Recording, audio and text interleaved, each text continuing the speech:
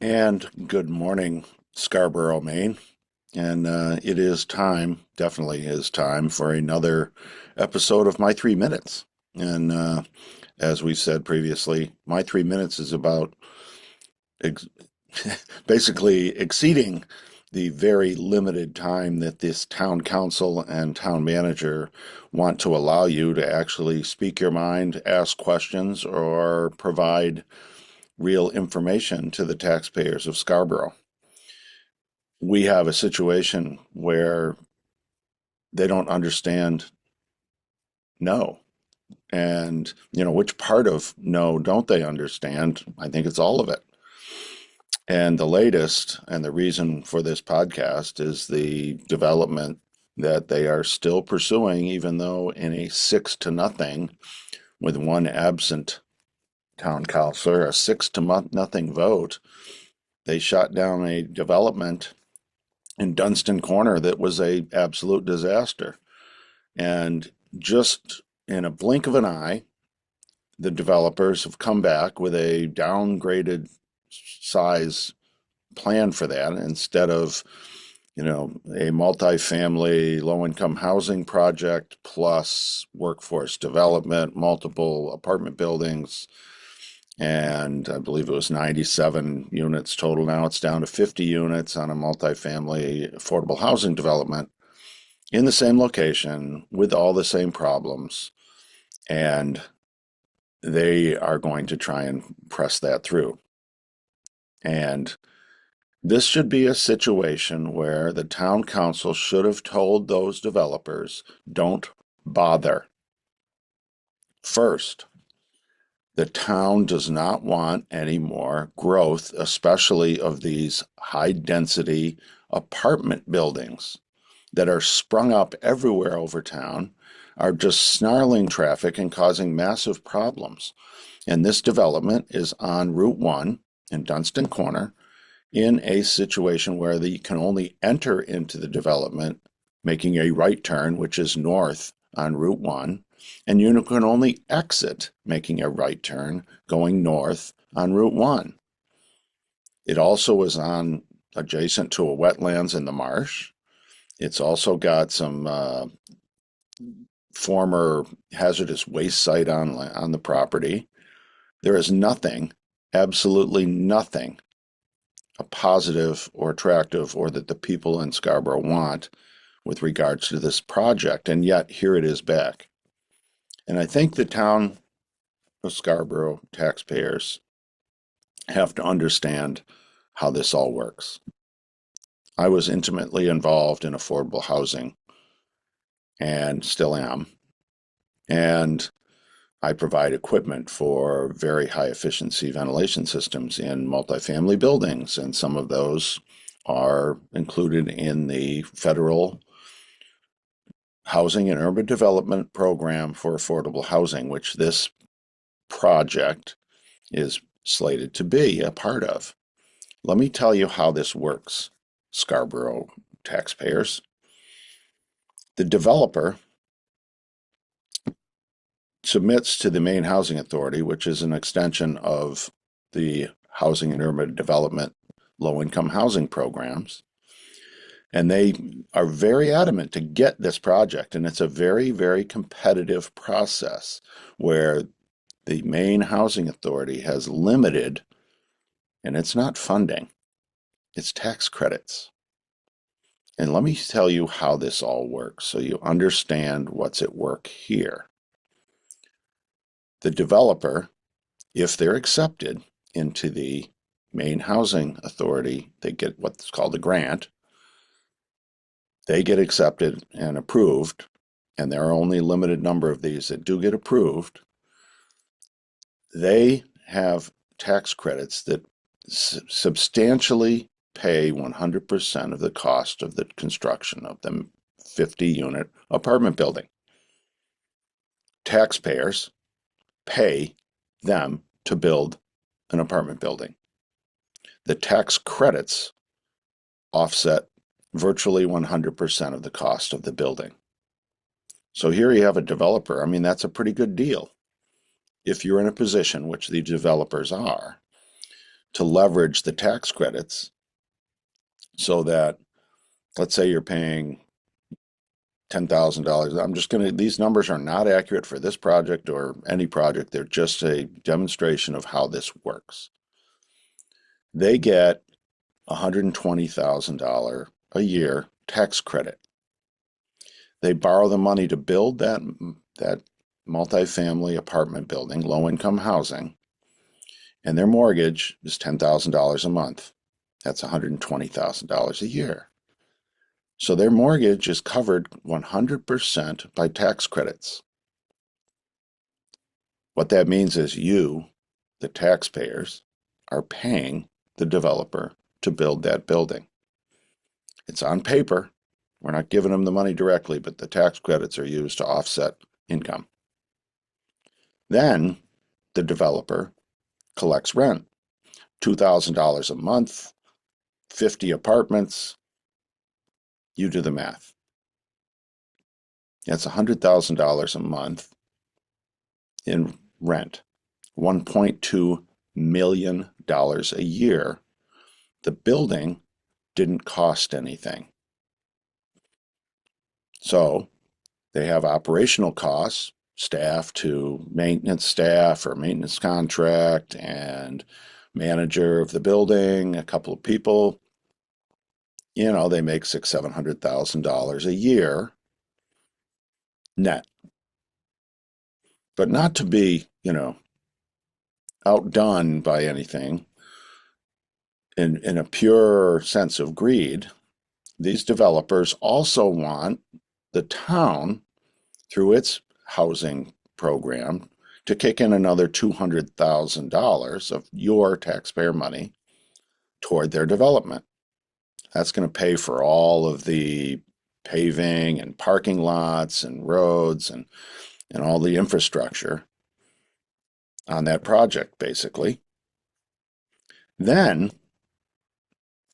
as if that's not enough, a lot of the tenants in that low-income housing are Section 8 housing with vouchers, which means you, the taxpayer, are going to pay the rent to that developer for that project. So you're taxed for him to build it, him or she or he, to build that apartment building. You're going to kick in some more from the town to help build that building in a giveaway. And then you're going to pay the rent for the people to live there. That's the taxpayers. 3, support. Not to be outdone and not to be just purely 100% greedy. We are then going to, the taxpayers of Scarborough, give them a credit enhancement agreement and give them 40%, if it's consistent with what they did at the Downs, you're going to give them 40% of their taxes back in a refund, a kickback.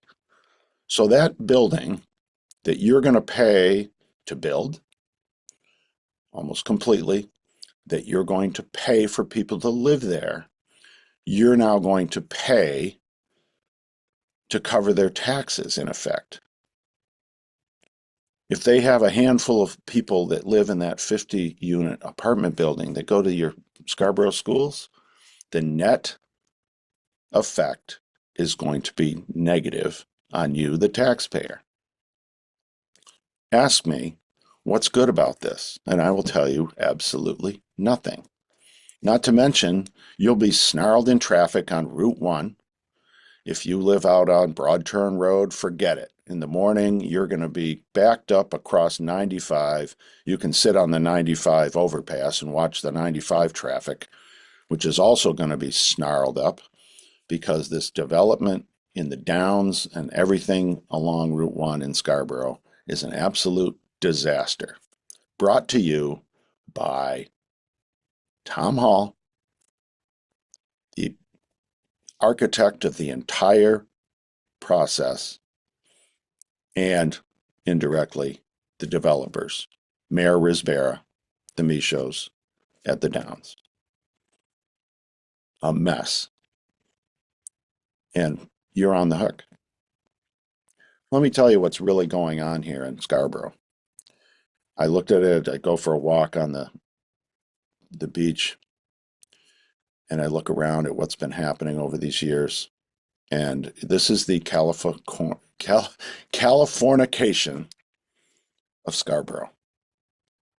What we're going to end up with is low income, no income, packed in apartments, and wealthy people, a lot of them moving here from Massachusetts, New York, and other places, buying up houses. You go to Higgins Beach is a perfect example of people being pushed out.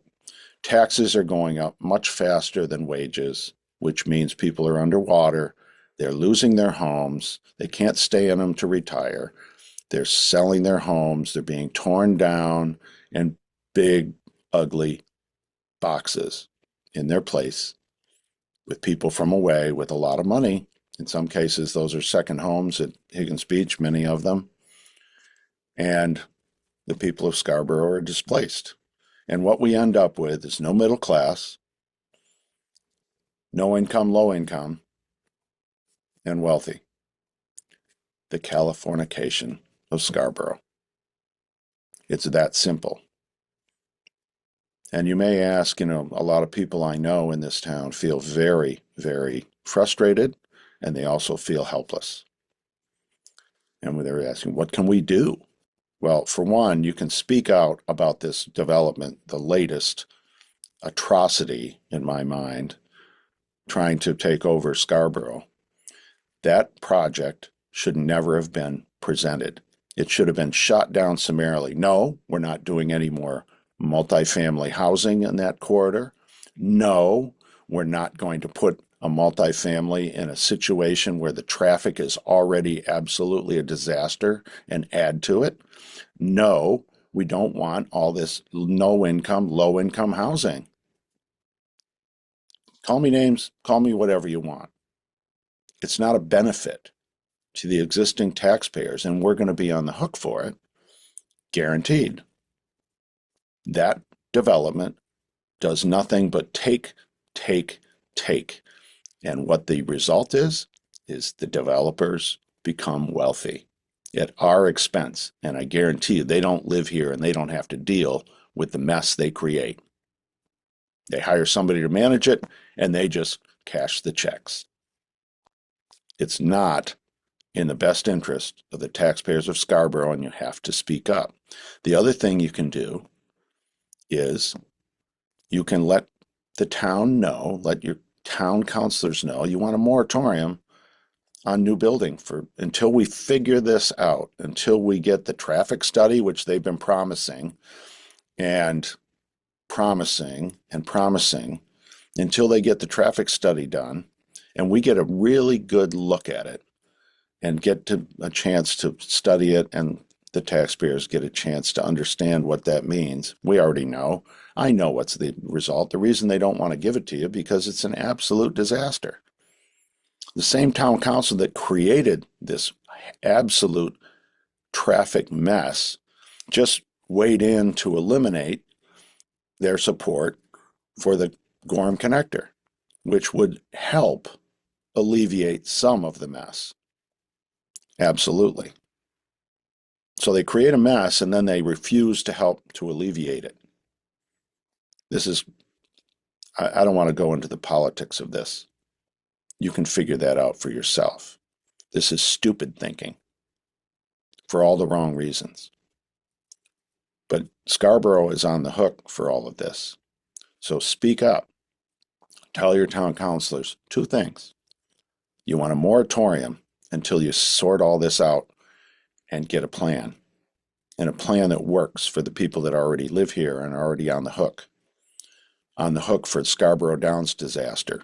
On the hook for the traffic created by all the apartments that have already been built. On the hook for the mess that Tom Hall created, which is the second part of what you can do. Is you can speak to your town councilors and tell them that maybe the guy that created this mess shouldn't be the guy or isn't the guy that can help alleviate it, manage it, and minimize the impact. I think Tom Hall should go. You should go screw some other town up because there is no question Tom Hall was the instigator of the Downs project, which is a absolute disaster for this town, period. It's a net negative, sucking all of our money and giving it to the developers. Millions and millions of dollars. It's over $1 million now that those developers will receive in kickbacks for their taxes, for our taxes, for taxes paid into the Downs development. They get 40% of that, and now that's adding up to over $100 million over 30 years.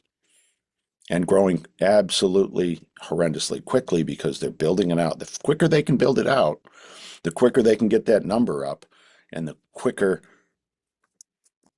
they can exponentially increase their total payout over that 30 years of that deal. One other thing I want to just raise, the last thing on my 3 minutes today, is that why do we have, I believe her name is Allison Carrier, nothing against her, but why did Tom Hall hire a marketing manager? Why does a town have a marketing manager? And she's writing articles in the paper now. It's all digital, but she's putting articles out, letters out, doing the marketing. What's she marketing? What are we selling? Let me tell you what marketers in public office, public service do.